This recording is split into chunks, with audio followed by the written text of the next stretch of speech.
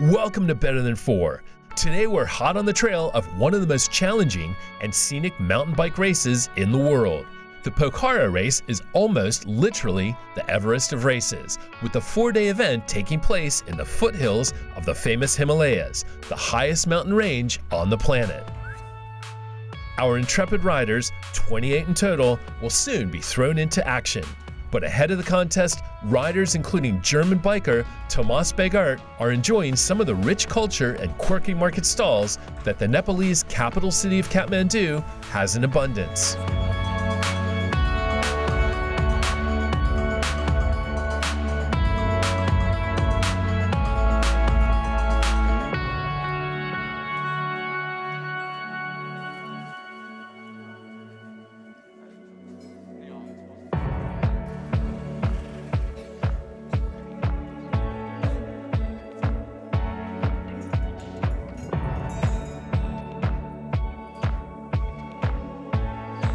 While our riders pick up souvenirs, the organizers are busy making final preparations for the race. Let's hear from the master architect behind the ambitious and awe-inspiring competition. My name's Phil Evans, I'm from the UK. I'm the director of Mountain Biking Worldwide, a company that organises mountain bike races, tours and various other mountain bike adventures.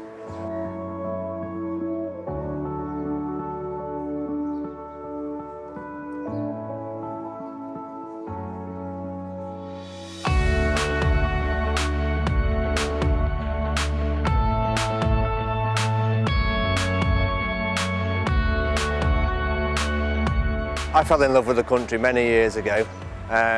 It's got such a diverse terrain for mountain biking. It's a brilliant place that's not yet discovered really. So when we first found that there wasn't a lot going on here mountain biking wise, we wanted to be first in and develop the courses. So I first travelled to Nepal many moons ago. I want to say 24 years ago, and then came back maybe 5 years ago for my first stage race ever, which was the Yakatak. And now, so this must be my 5th time in Nepal. I felt like the place had soul. And when I saw there was an opportunity to come and do a mountain bike race, I just jumped at the chance. The scenery is beautiful, the people are beautiful, nothing to lose. The area around Kathmandu is absolutely brilliant. In the city and near the city it's very dusty, very dusty. But the landscape is absolutely amazing and the people are so friendly, and it's like a little bit like in Sri Lanka. Though our riders will always head home to the lakeside city of Pokhara, at the end of each stage, they will still be pedaling into some extremely remote areas. Last-minute maintenance checks before race day are a must.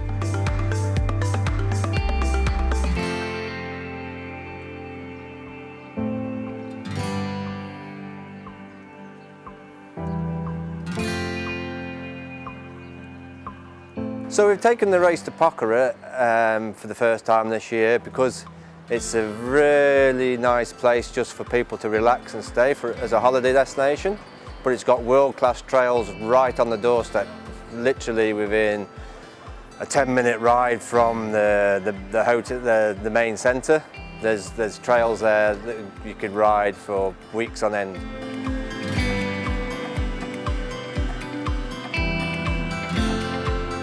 Pokhara 4 came about after running Yakatak, our high-altitude race in Nepal, for 12 years. We wanted to bring something more mainstream so we could attract more mainstream riders to Nepal. Pokhara was an ideal location for that. It's got ambient temperatures, we don't go to high altitude, and like I say, all the luxuries of a city are there, and it's just going to make a brilliant adventure and holiday for people. The main reason to come to do the Pokhara 4 was I have a 7-year-old girl, and every time I've come to do the Yakatak previously, it's too hard to bring her, and I wanted her to have the Nepalese experience. So the race being based in one place and just being a clover leaf, perfect opportunity.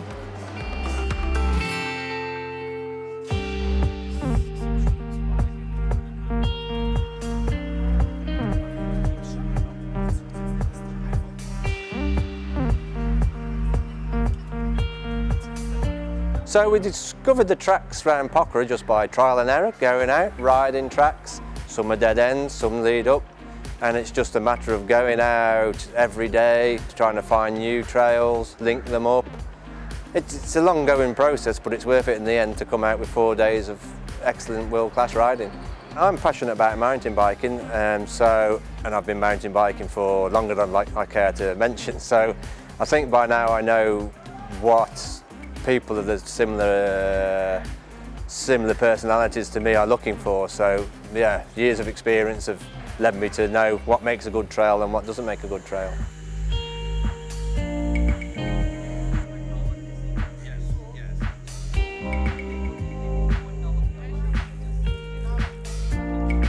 After years mastering the local transport networks and building intricate race circuits, Phil's vision is about to come into reality. He is all set to achieve his goal of organizing an exciting, slick, and safe inaugural Pokhara race.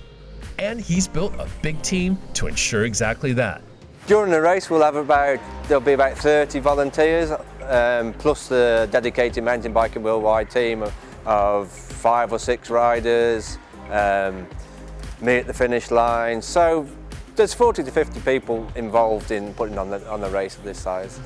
Taking part this year, we've got Corey Wallace, he's the world Wembo 24-hour champion. We've got RJ Pandit Chetru, who's obviously 5 times Nepal national champion, so it's going to be a big battle between those.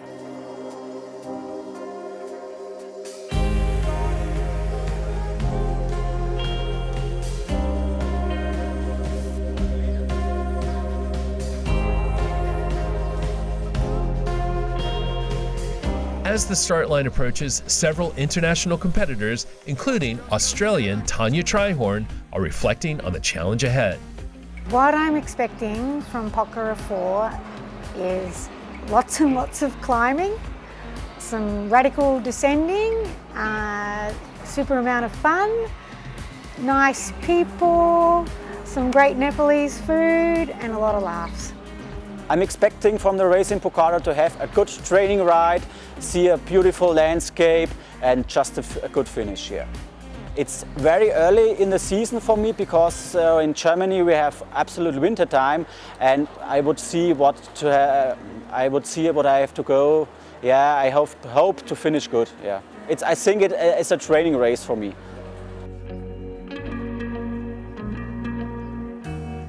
The calm before the storm.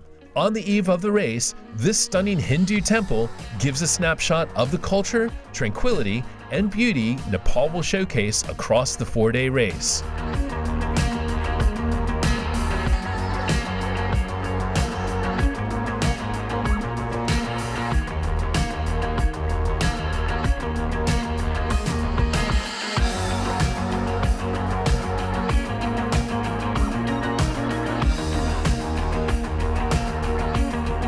So the trails are all GPS marked to start with, so all the competitors are provided with GPS tracks.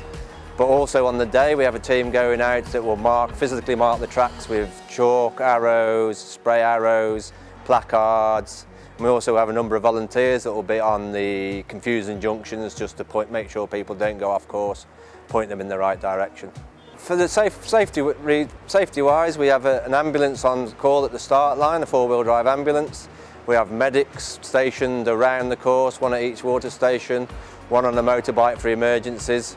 We've got the helicopter on call in case there's anyone needs evacuating, and volunteers all linked up by walkie-talkies, mobile phones, etc. So we've got the course pretty well covered.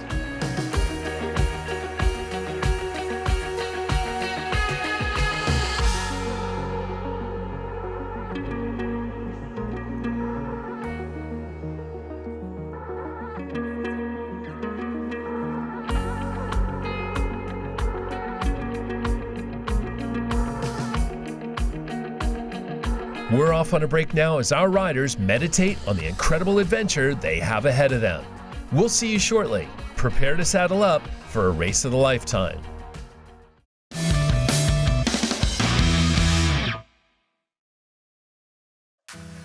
Welcome back to Better Than 4 and the Pokhara mountain bike race. After months and months of preparation and endless training, race day is here. Our riders, consisting of 15 Nepalese competitors and 13 internationals, are getting set for the first of 4 stages. It's game face time.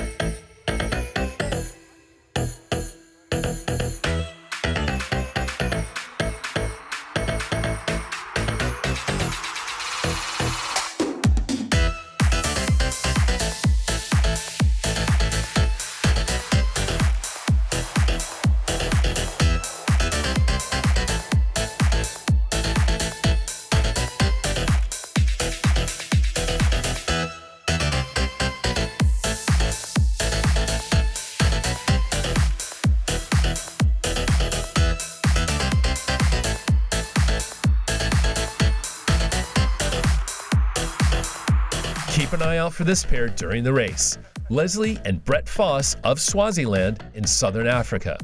While many of our riders are hunting for individual success, this married couple will be working as a team, cycling side by side. Nepalese riders are not famed for their mountain biking success, but when they are in their own backyard, they are a force to be reckoned with. They know the terrain and weather conditions like the back of their hand. At the start, all eyes are on Rowan Tamang, current Nepal national champion.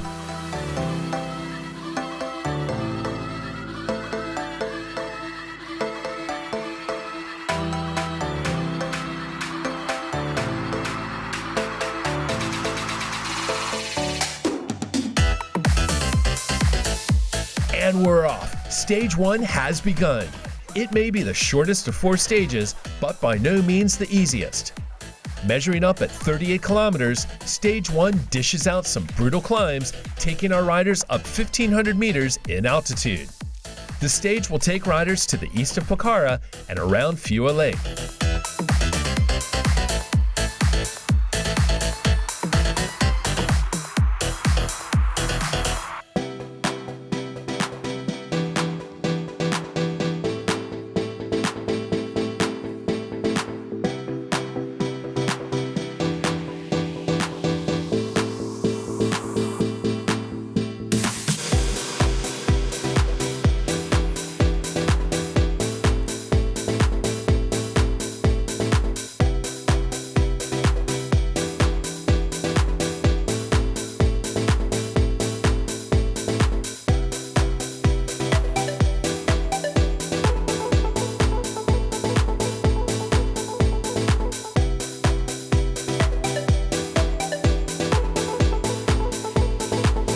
The stage offers riders some quick-fire sightseeing. In the distance is famous Buddhist monument Santi Stupa. Shrouded in clouds, it's a reminder of the high altitude our competitors are facing.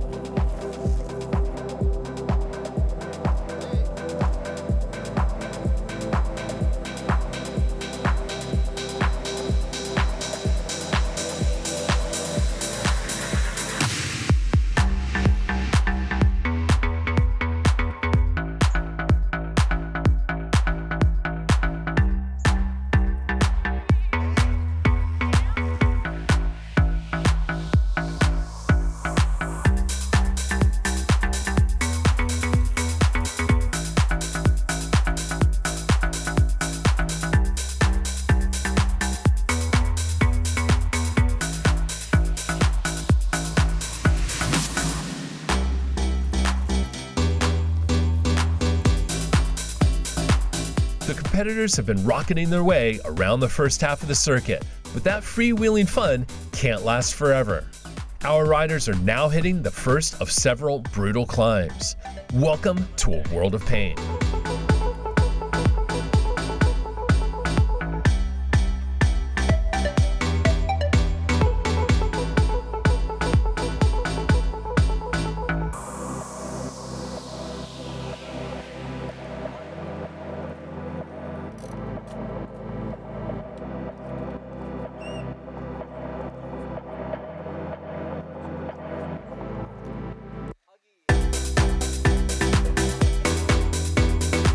Earlier, we met Tanya Trihorn, an experienced mountain bike racer from Australia.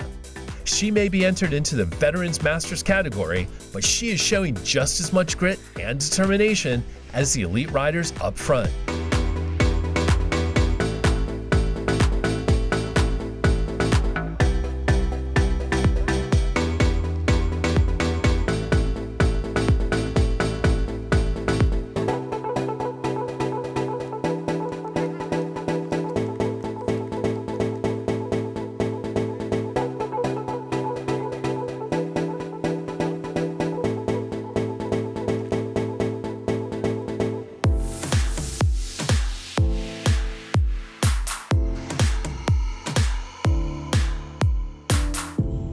In the background, you'll see Rocky Climbs taking its first victim.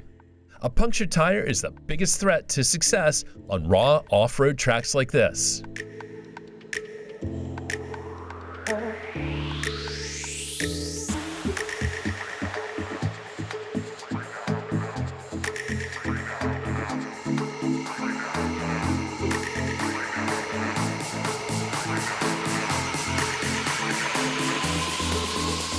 Let's bring the house down.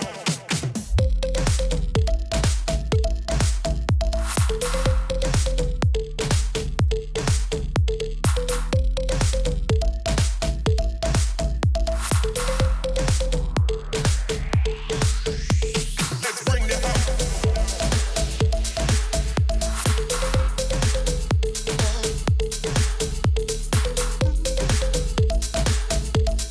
There is a very welcome reward for completing the big climbs on stage 1, a thirst-quenching water stop. It's a chance to fuel up on liquids and energy foods before making the final push down the mountainside.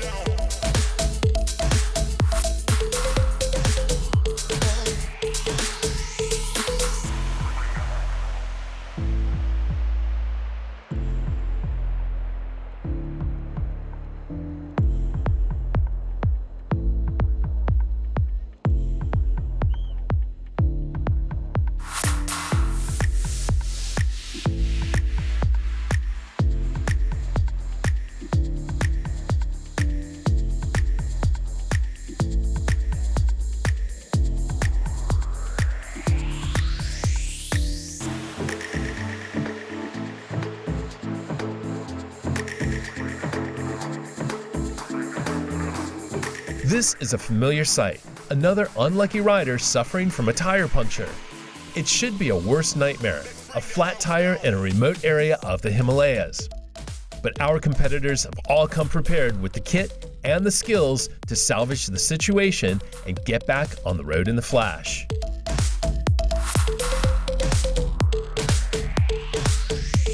Let's bring the house.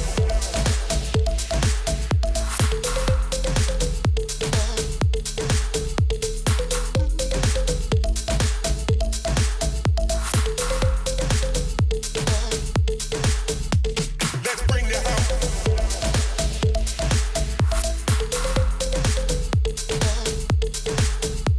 Let's bring the house down.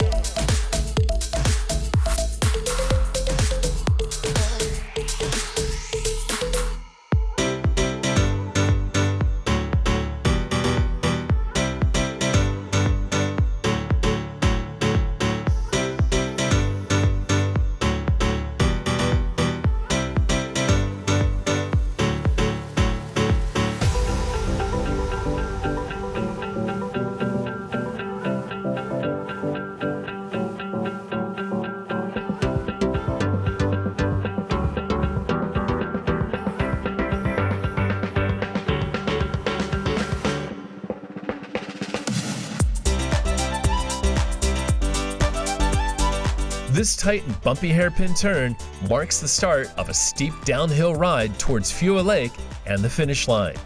That may seem like a real relief, but taming the rocky downhill tracks still requires immense strength, focus, and bravery.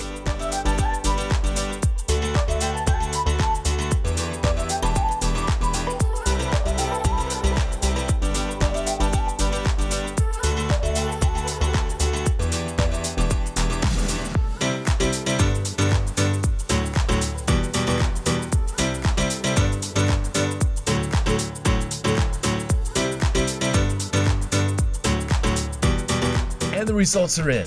Nepalese national champ Rowan Tamang won stage 1 in a time of 2 hours, 14 minutes. Favorite Corey Wallace of Canada is 4th, 6 minutes behind. While the elite riders have got off to an electric start in their chase for the title, amateurs like Brett and Leslie Foss here are simply savoring a remarkable experience. Day one, the short day. Lots of climbing, steeper than we were expecting, and lots of little rocks, so quite hard climbing. The downhills were fast, quite loose, but still very nice, and the forest single track was just amazing, really, really beautiful. And the scenery it's just mind-blowing. Wow, the first stage was really tough. The downhill sections was very rough, very fast. You have to be absolutely careful that you don't have to punch your tires. Yeah, it was a little bit cloudy, but sometimes you see the Annapurna Massif in the Annapurna Mountains. The most difficult downhill section was downhill from the Pagoda Road. Downhill section, I don't know the name exactly. This was very tricky. You have a lot of steps. My expectation of the next days will to, I hope to finish as today. Best European and second international rider, I hope so, but it will be really hard. The other riders are also very tough. Can international riders fight back in stage 2? Find out next time right here on Better Than 4. Until then, keep pedaling.